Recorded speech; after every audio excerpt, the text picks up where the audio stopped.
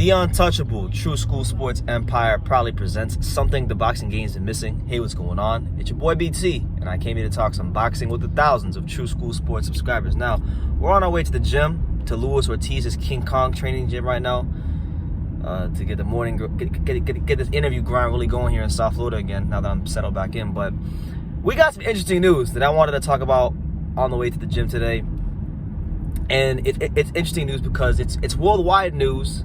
It may slip through the cracks, but it's South Florida news too. So I like when I get these videos where I can talk about things that people will care about that also relates to the South Florida boxing scene. When that's not always two of the same thing. So with that being said, Teofimo Lopez, shout out to my main man, Teofimo Lopez. You know, he'll be fighting here in June 5th in South Florida, in the Mecca of boxing, Miami. You know, at the Marlins Park. You know, we're not gonna call it that new name they got. They got some other weird name for it now. I'm not even gonna call it that. It's still Marlins Park. He's fighting George Kambosos, June 5th, mandatory defense, and he has made a little tweak to his team, and I think it's a tweak that's worth talking about. So I was just on Boxing Scene patrolling the newest articles and the latest boxing news, and it's been reported that, you know, renowned Cuban boxing coach Jorge Rubio will be joining Teofimo Lopez and his father. Now, this is interesting news because me and my father, we both have got the chance to know Jorge Rubio really well over the last 2 years. He's one of the hardest workers, one of the brightest minds, and one of the smartest people we know in all of South Florida. And this couldn't have happened to a better person. You know, we talk about Jorge Rubio. This guy, you know, has a deep pedigree working with a lot of Cuban amateurs. He's trained the likes of Guillermo Rigondeaux and Gamboa, and you know, the one that really sticks out to me was that I had a chance to see with my own eyes was Isaac Chamberlain for the short amount of time that he was here, and he really transformed Isaac Chamberlain's style. And you guys are gonna see that later as Isaac Chamberlain continues to fight his evolution as a fighter. But he's no stranger to Teofimo Lopez because Jorge Rubio has long been a fixture in the South Florida boxing scene. Teofimo Lopez, as a young amateur, used to come spar at his gym. So that's where the relationship comes into play. And he, in the article, I'll leave it for you guys in the description so you can read what he said verbatim, but I'll paraphrase it for you. Basically, he said that he wants to really tighten up the defense of Teofimo Lopez. He wants to make him a more defensively sound fighter, which I believe is the case because if we go and we look at that Lomachenko fight, even though I thought he won, you know, there were some defensive lapses from Teofimo Lopez, and he's gonna have to correct those things as he fights these longer, rangier guys like Devin Haney and Ryan Garcia and those type of guys. Maybe a Nakatani in the rematch. You know, those kind of guys.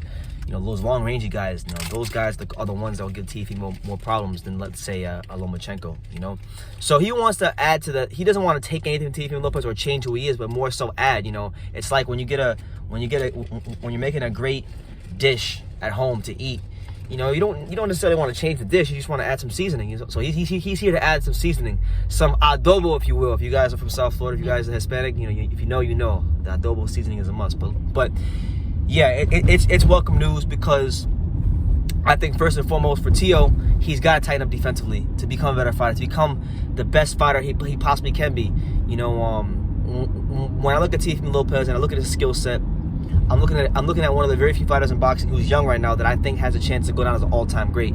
But only Teofimo Lopez can stop him, because he can stop himself from becoming that all-time great that we in South Florida knew he could become for a long time. So it's welcome news. I think it's great, not just for Teofimo Lopez and him as a fighter, but I think it's also great for South Florida boxing because, like Jorge Rubio said in the article, this could open a lot of doors for people in the South Florida boxing scene. So and we gotta give shout outs to both Senior Lopez and Teofimo Lopez for the reason being that we don't think that they give enough credit to South Florida, where Teofimo actually grew up in. Yeah, and shout out to Brooklyn too. We're not trying to on his father's part, but what I'm getting at, for him to actually even make a big statement like that and get a coach with the 305 in 954 is a big thing. So, but not just a coach from here, but a quality coach that could actually improve him as a fighter. Right, and I'm glad to see that they didn't get a big fat head and just decide to do it on their own. That they actually are willing to alter their team and bring somebody as knowledgeable as Gucho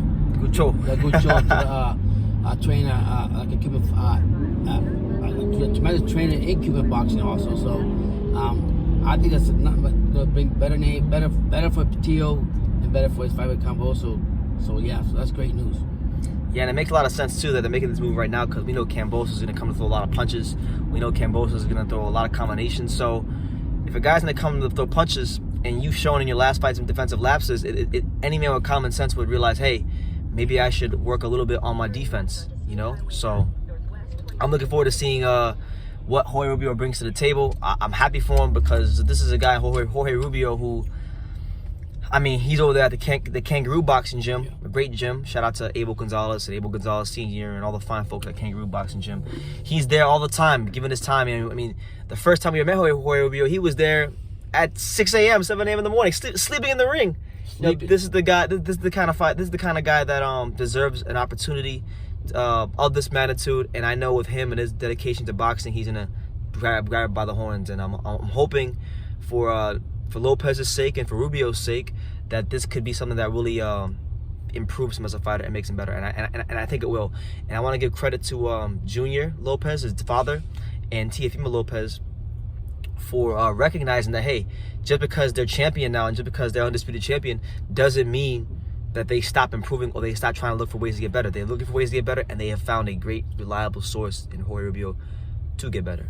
You know, I was here. I saw Isaac Chamberlain go from a guy that had a British amateur style to leaving South Florida as probably one of the slickest fighters in the UK now. You know, a guy that has that Cuban style, and he showed it a little bit in his upcoming fights. You know, with the aggression that he showed in his other fights. So, you know, Jorge Rubio to me long been one of the best trainers in boxing, and he's just now getting that. You know, he's getting the opportunity that he's worked very hard for. So we'll leave it at that. Jorge Rubio joins Teofimo Lopez and his father, Junior Lopez, to add to the defensive skills of Teofimo Lopez. We'll see how it goes.